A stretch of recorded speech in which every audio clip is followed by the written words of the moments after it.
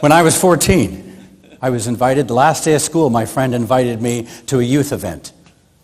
And I came, and I said, wow, this is amazing. And eventually I said, can I come to church? What do you do when somebody says, can I come to church? And that was the beginning, and I was 16. So similar age as you. And I am absolutely convinced we have the best message, all of us here, the best message. Isn't it amazing? The message that God has given us, that Jesus came and he gave us the gospel. He gave us good news, right? He gave us eternal life. He gave us salvation. He is amazing. We have the best message. It's everything. But we suck at marketing. I have two hats I wear. As a marketer, I've worked with Fortune 500 companies to startups. I've helped them understand how to build brands, business to business, business to consumer.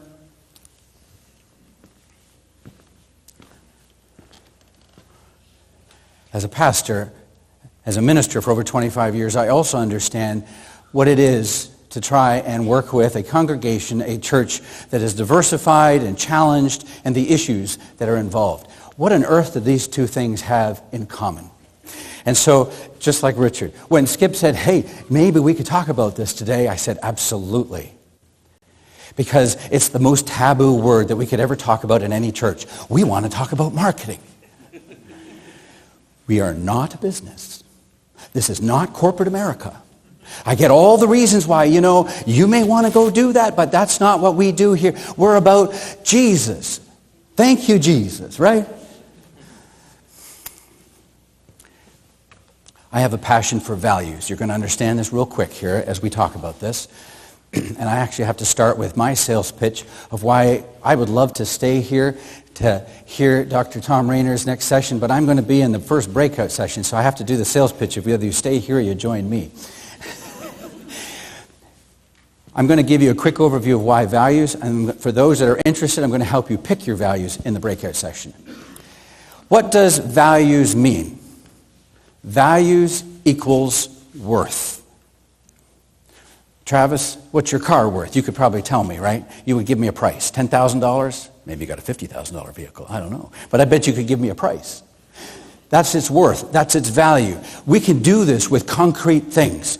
This little clicker has a value. Right now it's worth a lot because I can't advance without it. I won't need it in about half an hour. What about the intangibles? What is the value of salvation? Wow. What's the value of love? Jesus made that clear. Of faith, hope, and love, the most important is? Yeah. My proposition to you is that every church have different values. I noticed when, what's the president's name? First, Derek? President Dewey, yes, Dewey came up and he talked about, I caught it right away. We are promoting here wisdom and courage. I caught that right away. What a differentiator. Wisdom and courage in education. What are those things that matter most in your church? Well, maybe not to the level of extent that Dr. Rayner has gone through, but I've gone on my own journey to try and understand things in different churches. 4.5 years ago, my wife and I, she's here, we sold our house, we bought an RV, and we went on the road. I was talking to business leaders about values. It was called my road trip. And for 1.5 years, we traveled around North America, and we visited over 40 churches. Very interesting experience to be the guest, to walk in where nobody knows who you are, and to see and experience that. In one place we arrived, and I'm used to church, whatever time it is, I arrive early. Well, I guess I arrived so early, they thought we were there as the parking help. I guess most people show up, if it's at 4:30, they show up at 4:29. I thought everybody showed up early. And then we were at another place, and the service had already started. They started before the posted time. I had another place that was just amazing. I mean, I don't know about your church, but sometimes at church after Sunday morning service or whenever you go, it's like, boom, they're out the door, they're in the car, and off they go. Wow. It's like, how fast can they get out of here? This place, nobody left. They were just mingling around and talking. They came up to us. This one woman started talking about, just in a casual conversation, the power of prayer, just having this conversation. I'm like, wow, you're talking to me like a guest, the power of prayer. Yes. It was amazing. And then we were in another place, in a service. They said afterwards they're going to have a fellowship, something to eat. And so my wife and I looked at each other. Are we allowed to stay? I don't know. Let's see what happens. So we stood and waited, and everyone walked by.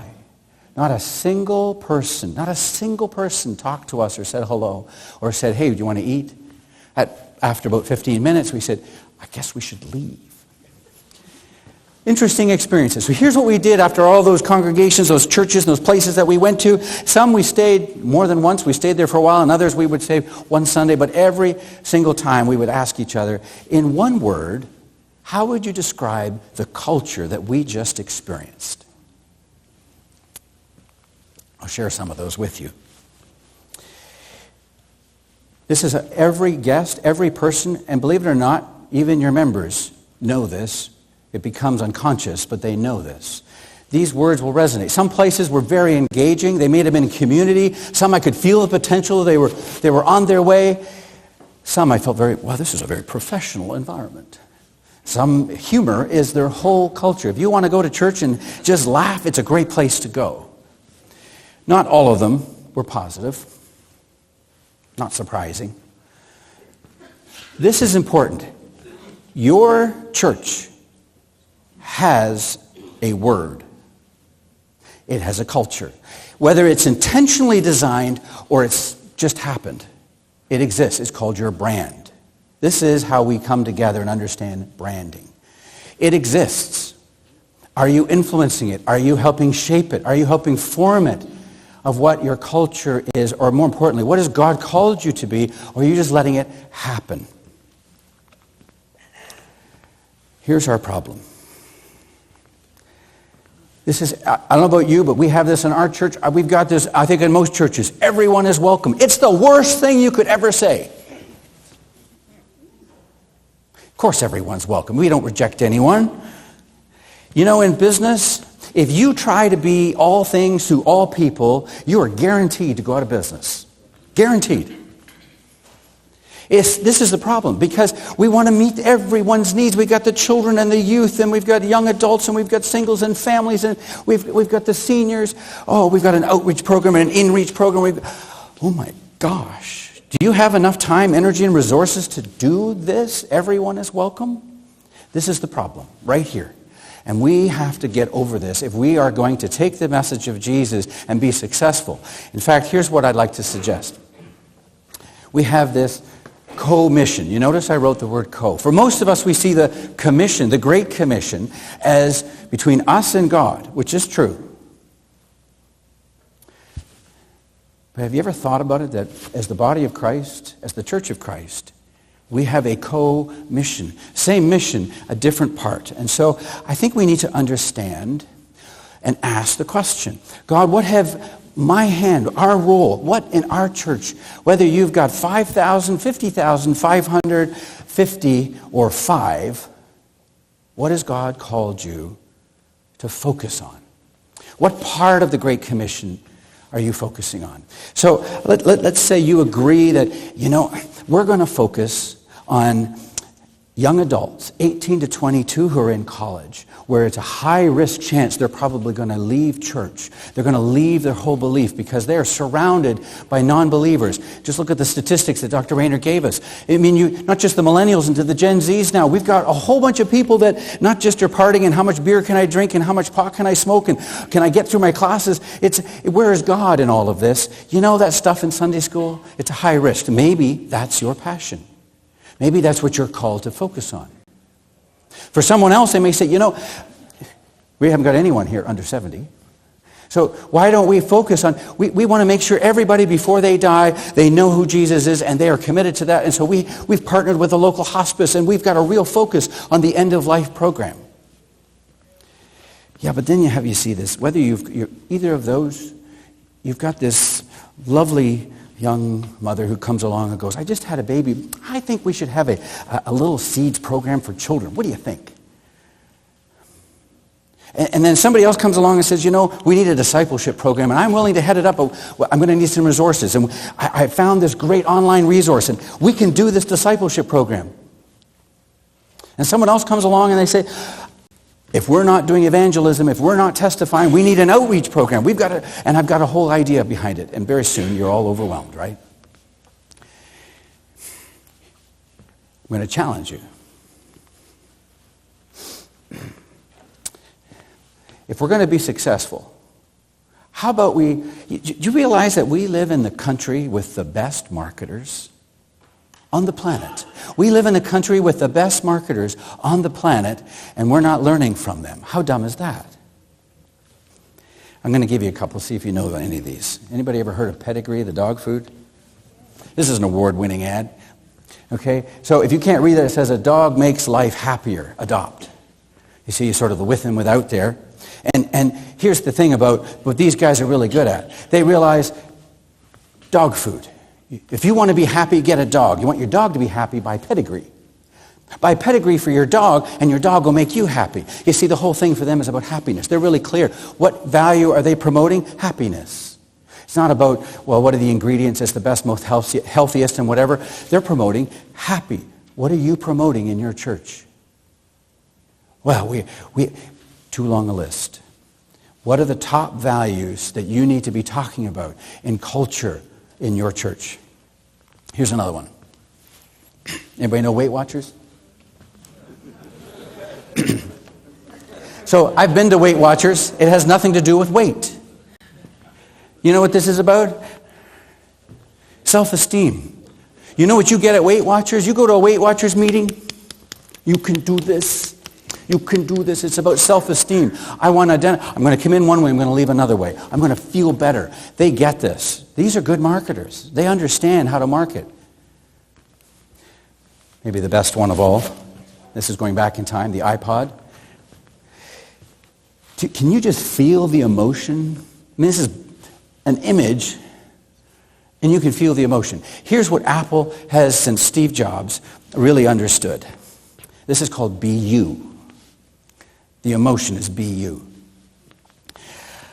Now, maybe some of you have an Apple. Maybe you recognize that Steve Jobs and Steve Wozniak started Apple in 1976. They built a successful company. In the late 80s, they actually fired Steve Jobs. Maybe you didn't know that. They said, off you go. He went off and did things like Pixar. And so off he goes, and you know that company went downhill. It almost went out of business. Apple almost disappeared. In 1997, the board asked Steve, please come back. Ironically, they were out of money, and they borrowed money from Microsoft. Fascinating. And so Steve Jobs comes back in 1997, and the first thing he did, you ready for this? The first thing he did is work with his marketing agency to say, we've lost our way. Who is Apple? We've got to tell the people. And he created, for those who are older, the Think Different campaign. Brilliant campaign. And he was about to launch the first of the i. It was the iMac. It was like a big TV that was colorful. And then he went to the iPod, and then the iPhone, and then the iPad, and everything i, right? There's a black and white video on YouTube of Steve Jobs presenting this campaign to his employees, to investors, and to press. And here's what he says. You can find this on YouTube. He says, to me, marketing is about values. We live in a complicated world, a noisy world. We're not going to get a chance for people to know much about it. We've got to be really clear on what we want them to know about us. Ladies and gentlemen, if we don't do this for our church, people, what is that church? Can you imagine in your community if they say, oh, that church has great music. That church, man, they do amazing things in the community. They're helping the homeless. This church has a great leadership program. Could you imagine in your community if we had such clarity? That's called branding. This is values. He got this. This is what made Steve Jobs so successful. Singular focus. He knew what matters most.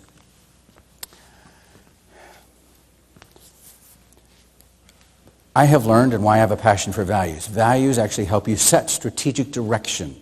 That's what you're all trying to do. I would say that's one of the reasons you're here today. Is where should we be going? Where should we be focusing? Values help you, the top values help you understand your strategic direction. They also say to your staff and to everyone who's coming what kind of behavior we expect here. And whether you manage 3 people, I like to say, 3,000 or 300,000 like IBM, values help you simplify and focus what are the few things that matter here. And building goodwill, if you've ever looked at a financial statement, you look at on your balance sheet, you've got assets and liabilities. There's a line item on assets, it's called goodwill. Coke has it, Pepsi has it, Ford has it. It means this is how much assets I have, but the value of the company is this high. The delta is called goodwill.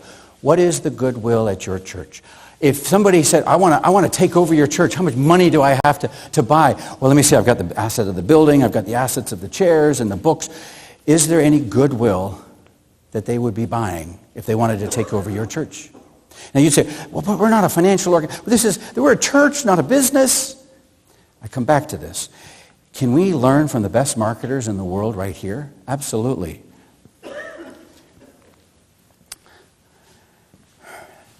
Michael Porter at Harvard has written more about competitive strategy than anybody I know. This is the hardest thing you'll ever do. When you figure out your strategy, when you have a heart and a calling from God and you're supposed to focus on something, then you're asking yourself, what are you choosing not to do? This is really the key to building a successful mission, nonprofit, church, or for-profit company and even government agency. If you want to have success, you need to choose what not to do. Those who have a brand, you know, maybe, I hope you all know, but Rick Warren and Saddleback, right out in California. He's got a brand. The reason you know it, he has a brand. Andy Stanley at North Point. I've been there in North Atlanta. Has a brand. Kevin Myers in North Atlanta as well. In 12 Stone, has a brand. People know about it. What I like about Andy Stanley, if you've read his book Deep and Wide, he will tell you, if you go there, his focus is the unchurched. He owns that word. Everybody else can talk about it. That's their mission. That belongs to North Point. They focus on the unchurched. He even measures it. If you read it in his book, Deep and Wide, he'll tell you he measures it on a regular basis. He knows at any point in time I have like 13% of my congregation are the unchurched. And I love the fact he knows that they're the ones who are coming in, dragged in by someone else and don't want to be there, so they save the front 2 rows and they come in last minute, please sit in the front row. Because that's the reason we're here, is for you. He's really clear about that. And I say he because he's the leader, who's the senior pastor who's driving this. Ladies and gentlemen, if you're going to drive the direction, you want to make a difference in the Church of Christ, in your church, you have to help drive strategy. And that is about what are the top values, what matters most here. I would encourage you identify what's unique, what you should focus on. And my last sales pitch, if you'd like to actually find out how to do this, you can join me in the breakout room. What's the name of this room next door here, Skip? Carlton Boardroom. Yeah, right by where we registered. And I'll actually walk you through an exercise. Thank you very much.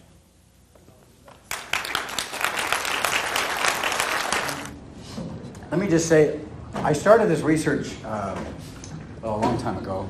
And I became fascinated when I watched in 2001 when Enron went bankrupt. Anybody ever heard of Enron? Yeah. I mean, tens of thousands of employees. At the time, one of the largest bankruptcies, I should say it's WorldCom who went first in 2001. Enron went in 2002. And then there was Global Crossing. And I was working a lot in the telecommunications industry. And is it possible there's tens of thousands of employees who are just bad? No, there aren't. There's a couple bad employees at the top, yes, but people easily lose their way. And sorry, I got your head turned around. And so one of the companies I was working with for 12 years was Nortel Networks. So at one point, figure out if I say out about Canada. Did you figure that out yet? Where about? Outside Toronto, Kitchener. And so Nortel Networks, Canadian company, was actually at one point Canada's most valuable company. They traced their roots back to Alexander Graham Bell. They've been around for over 100 years, but I remember in 1996, a new CEO, John Roth, came in and said, we're going to do a right-angle turn. Think about this and how often this happens even in the nonprofit. We were doing that, let's do this. And we're going to get in the internet business, making routers and switches. And from 96 to 2000, they had 19 acquisitions. In the year 2000, where they peaked, you ready for this? They were 90,000 employees, $40 billion in revenue. And in January 14, 2009, they declared bankruptcy. So I was working with them through this whole process, and I started getting fascinated with how do big companies, there's nobody who's too big to fail, by the way. Nobody too small, nobody too big. And I started to look at what is it that sets companies apart, because I've been involved in brand building. But how does this happen? So I started looking at differentiating values, and I started to see, though, the same set of values listed, like integrity, or ethics, or honesty, or quality, over and over and over. So I stopped in 2013 and took a year, and I did research, and I chose the Fortune 500. I looked at every single one of those companies, from every website, their annual reports, code of business conducts, their corporate sustainability reports. Anyway, I want to share with you a quick summary of what I discovered. Some call them values, some call them principles, some call them beliefs. I don't care what you call them. I happen to call them values. That's what they are. The number one company in Fortune 500 is, anybody know? Walmart.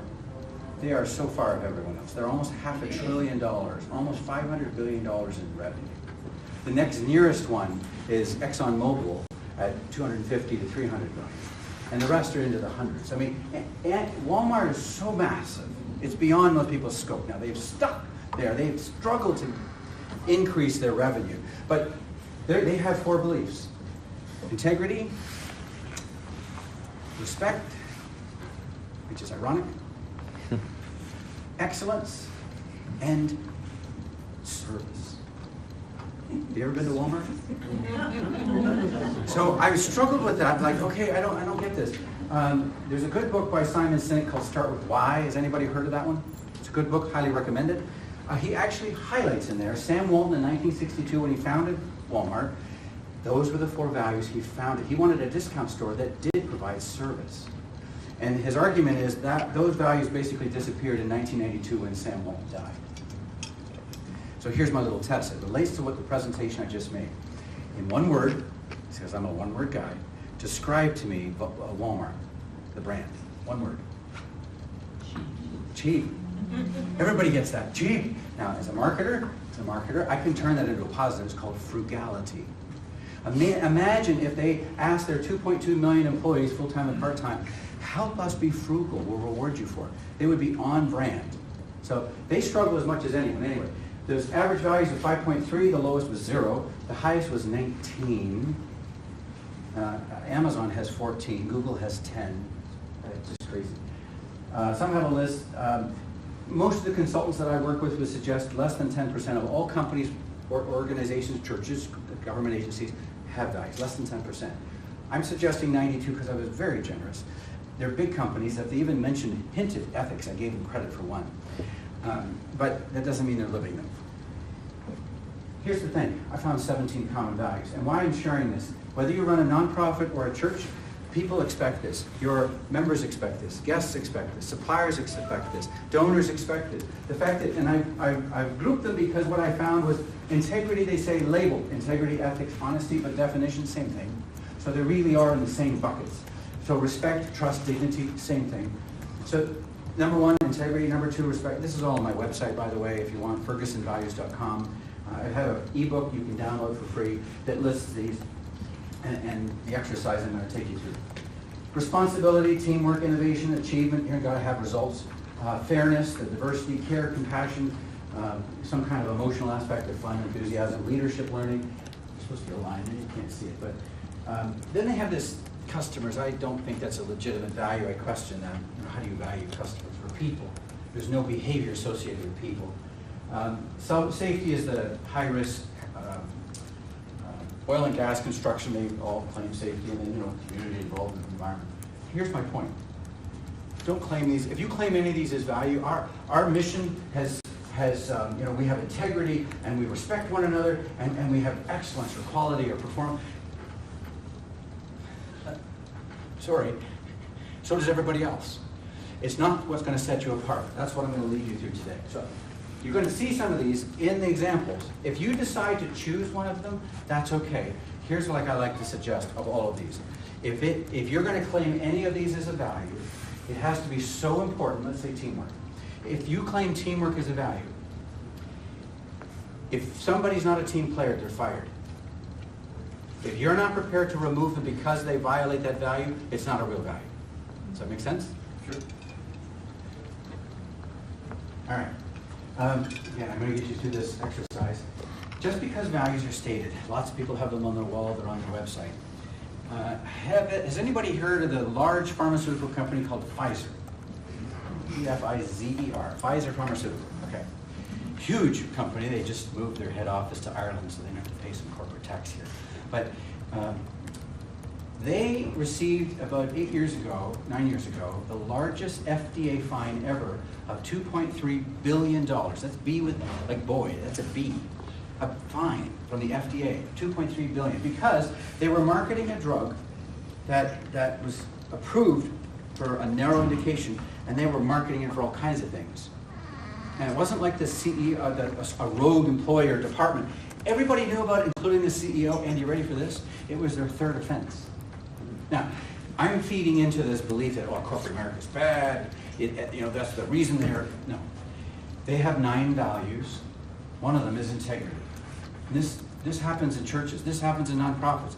Here's the problem. Just because values are stated, as Patrick, good book, by the way, Patrick Lencioni, if you've heard of 5 Dysfunctions of a Team or Death by Meeting, he's written some really good books. He's a good Christian. I highly recommend you get his book called The Advantage. How to have a healthy organization, for-profit, not-for-profit. Did you say Advantage? The Advantage.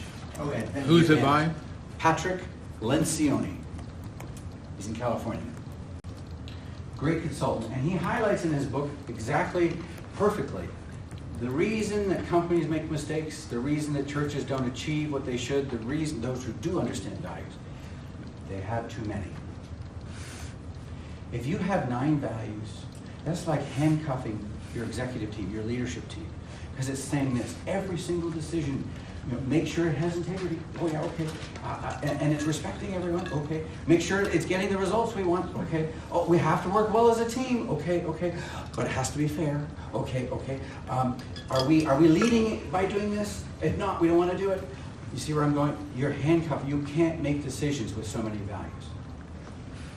This is the solution. Quite frankly, this is the simple solution. I actually have 3 researchers from Penn State, Wharton, and Oregon who did research. If you had 1,000 employees and you have 3 values, guess how many will remember your values? 999. If you can remember your values, you can then incorporate them in your thinking and be strategic on everything that you're doing. You can think about, does this map to or not? If you can't remember them, it's useless. Guess what happens when you go from 3 to 4? It drops from 99-point-something% to 67%. Our brains are not wired. I think the reason we have the Father, Son, and Holy Spirit, because if he had a 4th one, we wouldn't remember him. I'm telling you. 3 is important. God is 3. He's a Trinity. He put into us the understanding of 3. Correlation, not causation. There you go. I'll go with that. Anyway, this is what I really am going to push. And remember, I don't know if you remember the issue here is about choice, right? What are you not going to do?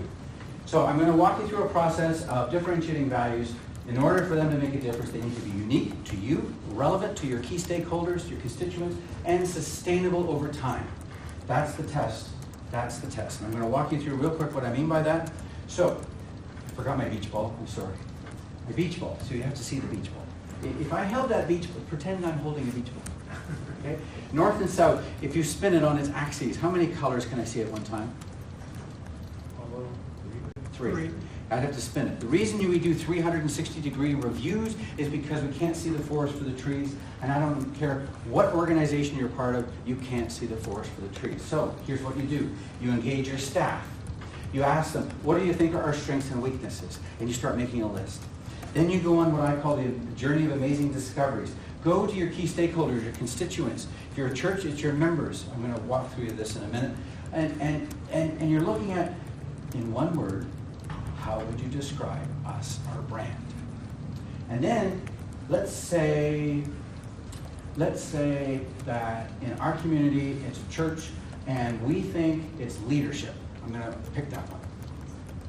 Now you need to look at all the other churches in your community and say, does someone else already own that brand? Are they known as the church that is for leaders? They're doing leadership training.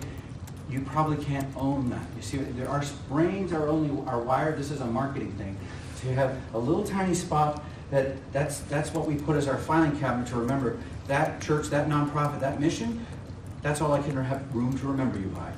And if someone else already owns that spot in the brain, you can't displace it without spending a lot of money.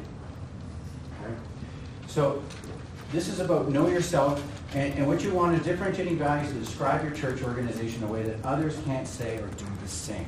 So you're going to have this list of values, and it may be like 12 or 15 or 20, and you're like, this is us, it's unique, we're cool, we're funky. You're going to have also really cool, or you may say we're smart, or we're laid back, or no, we're diggers. You're going to have a set of values. Now, because you have these doesn't mean you're there yet. You need to actually make sure which of those actually is most relevant to your key stakeholders, your constituents.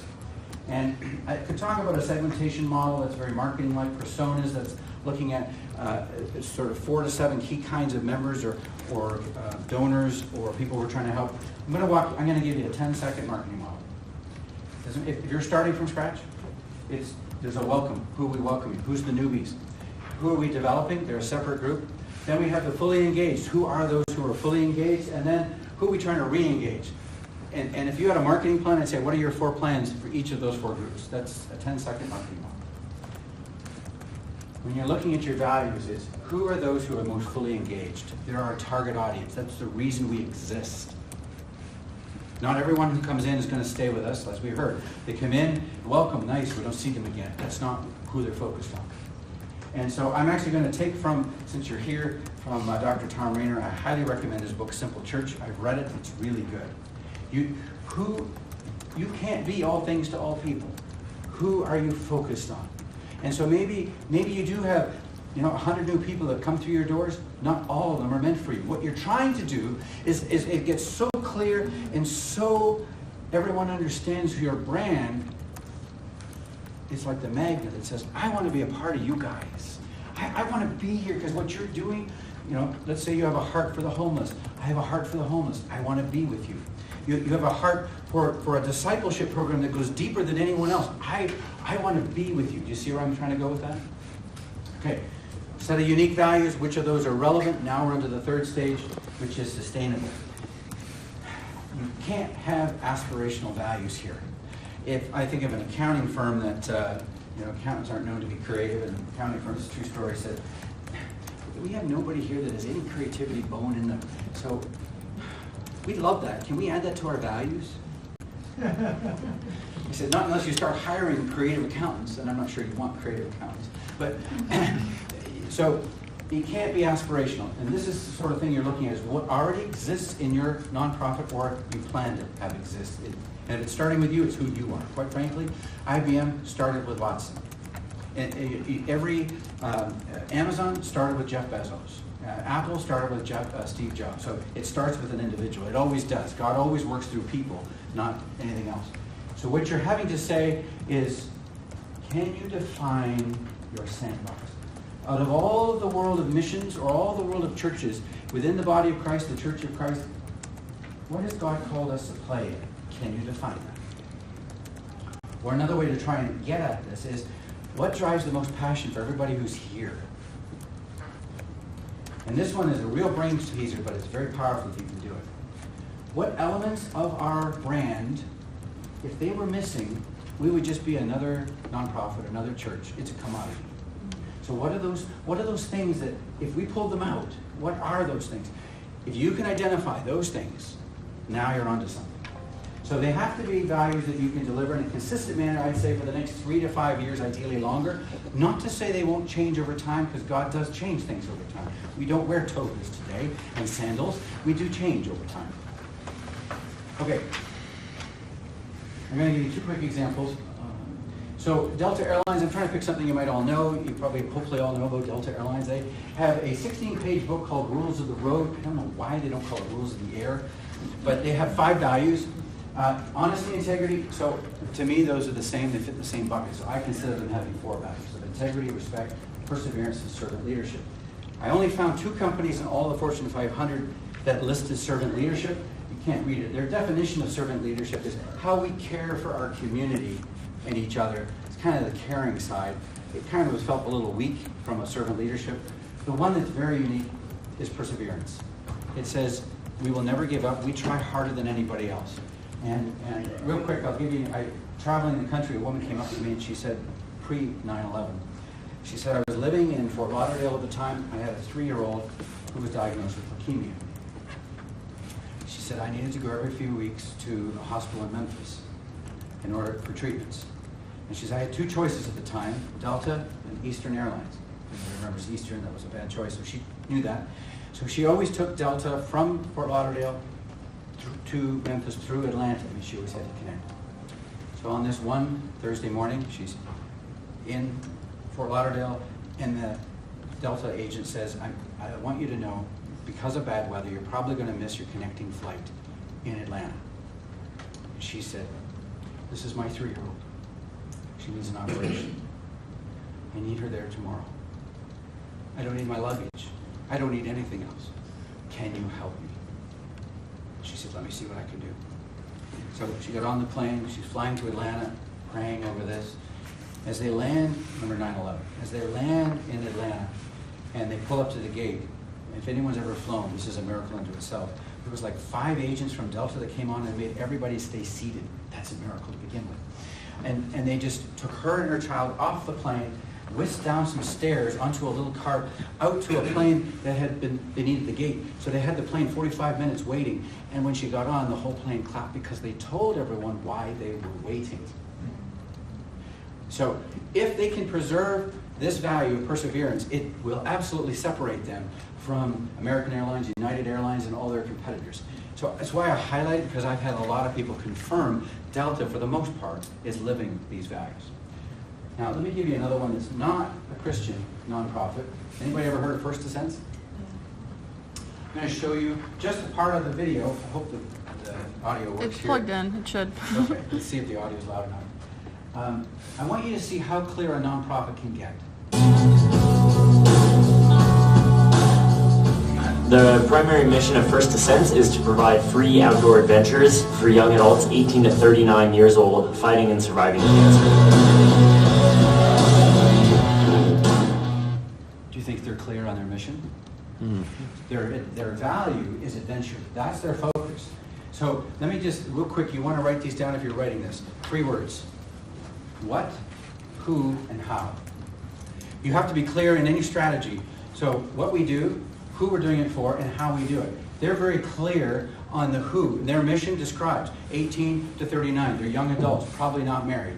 They are very focused on what they do. It's adventure. Their number 1 value is outdoor adventure. That's what they do. Everything they do is about adventure, because they know you may be dying, so let's have some adventure. And then the who, the what, and the how. They've got it very clear. They go in the winter, they go in the summer, they do all these things that they do. They're really clear. I'd like to help you bring that level of clarity to your church and your nonprofit. So, real quick, you have those 3.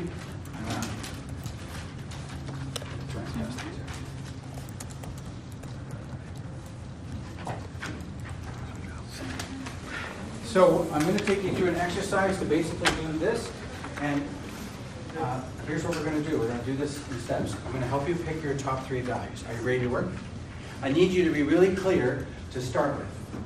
If you're a church, you're a nonprofit, or what a company that you're doing this, I want you to just take 30 seconds, and I want you to think about what are the top strengths. Hopefully it's why you're there. What are the top strengths? What the strengths that you set you apart. I want you to be thinking about those strengths. Okay? Here's what I want you to do. There are 368 words. It's a subset of my ebook. I've actually personally sat down and defined 423. It's a longer one. If you want to actually do this longer, you can download my free ebook from my website, fergusonvalues.com. It's on the bottom of the sheet. But this will help get you started. So this is going to take some time, and yes, this is some mental work, but I promise you, every time I do this, the output is well worth it. I want you to go through all the words that best map and support your strengths. And all that, I don't put much thought, don't ponder over, just go yes, no. And you see how I have a little check. You're going to put, just because you're going to make an X out of some of them, put a little dash beside all the words that support and enhance your strengths. And if you would go through that, and when you're done, if you would put your pens down, then I know you're done. Thank you. Your key stakeholders, those you're serving. I should have put constituents. I missed that instead of customers. And so you can be unique in all these things, but what matters most to them? Pick 12 to 15 that matter most and make a relevant difference to your target audience, your members, for some it's donors, but those that you're serving. And another way of saying this is you want to be known for. The top 3 out of those 12 to 15, circle the whole word, of which of those of top to 12 to 15 that are unique relevance but are sustainable. You can easily, you don't have to make this up, it's who you are. In fact, this is the forests and trees. Of course that's us. Those are the words you're circling, okay? But 3 that you can easily deliver on that you want to be known for.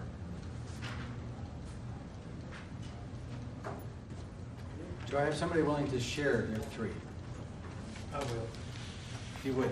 And when you were here last year, there was a lady who had all 3 that I listed.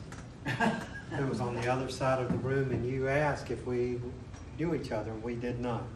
My 3 are compassion, passion, and vision. Compassion, passion, and vision. Yes. Does anyone else have those same 3? Not today. Yeah. Did you met her though afterwards? Yes. That's cool. Yeah.